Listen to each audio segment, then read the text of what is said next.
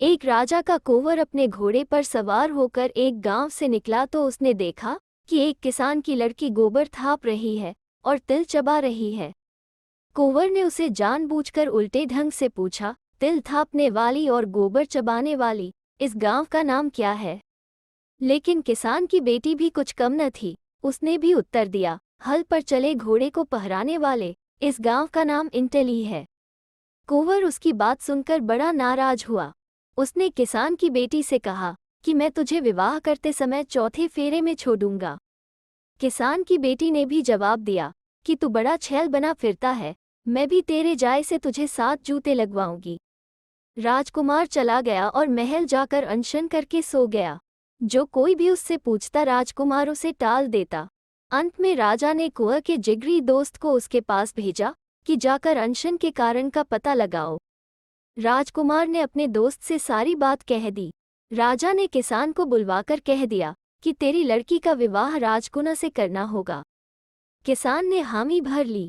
कुंवर ने चूंकि यह बात कह दी थी कि मैं चौथे फेरे में किसान की बेटी को छोड़ दूंगा, अतः कोई भी बड़ा बुजुर्ग उसके साथ जाने को तैयार नहीं हुआ। सब युवक ही युवक बारात में गए। जब 3 फेरे हो चुके तो राजकुमार जानबूझकर बेहोश हो गया। साथियों ने कहा कि कुंवर को मिर्गी आ गई है, मिर्गी दूर होने पर इन्हें फिर से वहां ले आएंगे। ऐसा कहकर वे कुंवर को पालकी में लिटा कर ले गए। इधर किसान की बेटी ने कुंवर की बारी अपने पास ले ली थी, अतः उसने चौथा फेरा कटार से ले लिया। विवाह संपन्न हो गया। किसान की बेटी ने सोचा कि राजा का बेटा तो अपनी बात पूरी कर गया, अब मैं किस प्रकार अपनी बात पूरी करूं? इसी चिंता में वह घुलने लगी। किसान ने बेटी से पूछा कि घर में किसी बात की कमी नहीं है, फिर तू क्यों घुली जा रही है?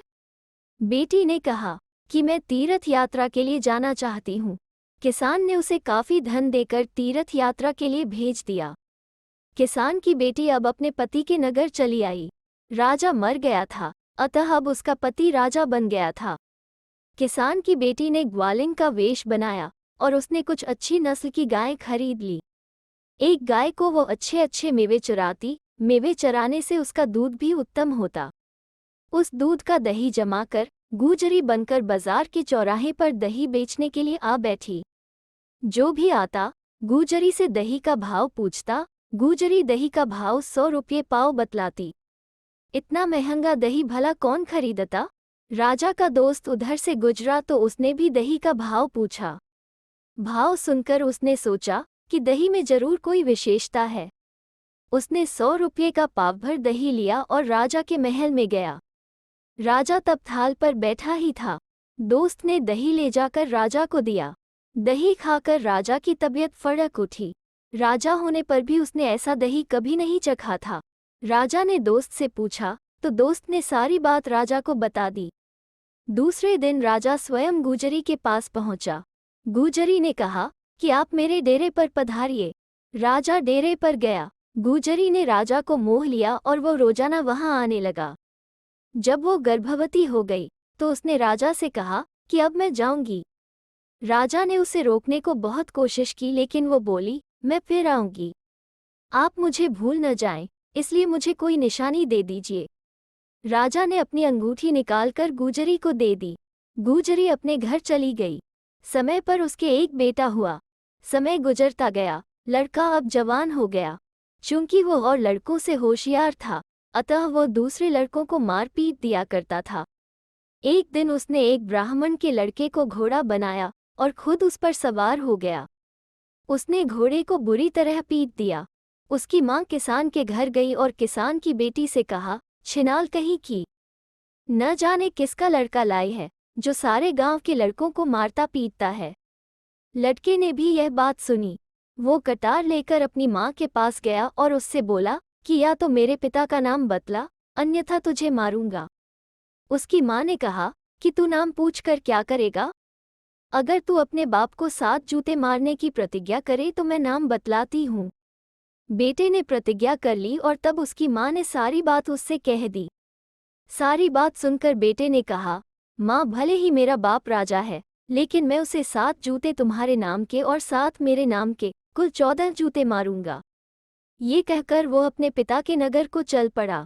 नगर में आकर वो फूला नाई के घर ठहरा। फूला ने पहले तो उसे ट्रकाना चाहा, लेकिन जब उसने फूला को एक सोने का टका दिया तो फूला ने उसे खुशी खुशी अपने यहाँ ठहरा लिया। रात को उसने सारे नगर में इश्तिहार चिपका दिए, 1.5 छैल की नगरी में 2.5 छैल आया है, ठग लेगा, ठगा नहीं जाएगा। इश्तिहार की चर्चा राजा के पास पहुंची तो राजा ने कहा कि 2.5 छैल को पकड़ना चाहिए। राजा ने होशियार जमींदार को ये काम सौंपा। 2.5 छैल ने अनजान बनकर फूला से पूछा कि आज गांव में क्या चर्चा है। फूला ने 2.5 छैल को बात बतलाई और साथ ही यह कहा कि आज उसे पकड़ने के लिए जमींदार जाएंगे। 2.5 छैल ज्योतिषी का वेश बनाकर उस जमींदार के घर गया। घर में केवल स्त्रियां ही थीं।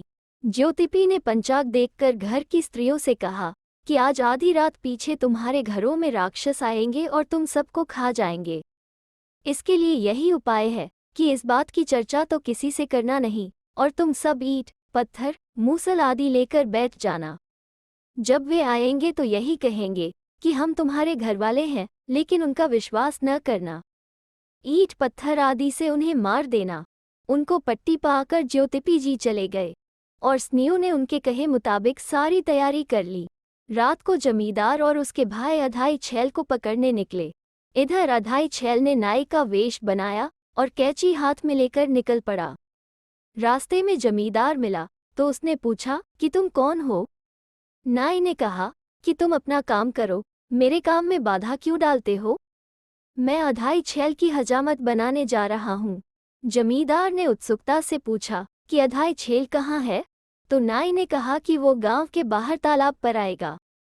जमींदार और उसके भाई उसके साथ तालाब पर गए। नाई ने कहा कि तुम्हें देखकर 2.5 छैल यहाँ नहीं आएगा, अतः मैं तुम्हारे सिर के बाल मूंद देता हूँ, फिर तुम पानी में खड़े रहना। यदि तुम्हारे काले काले सिर पानी में दिखलाई पड़ेंगे तो 2.5 छैल को संदेह हो जाएगा और बाल मुंडा देने से उसे वहम नहीं होगा। जमींदार और उसके भाई बाल मुंडाने के लिए राजी हो गए। नाई ने भी बिना धार वाले उस्त्रे से बाल मूंदना शुरू कर दिया।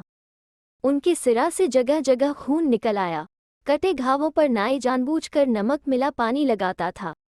उन्हें बड़ी तकलीफ होती थी, लेकिन 2.5 छैल को पकड़ने के लालच में उन्होंने सारी तकलीफ सहन कर ली। बाल मुंडवाने के बाद जमींदार और उसके भाई तालाब में गर्दन तक पानी में खड़े होकर 2.5 छैल की प्रतीक्षा करने लगे। इधर नाई उनके सारे कपड़े लेकर चंपत हो गया।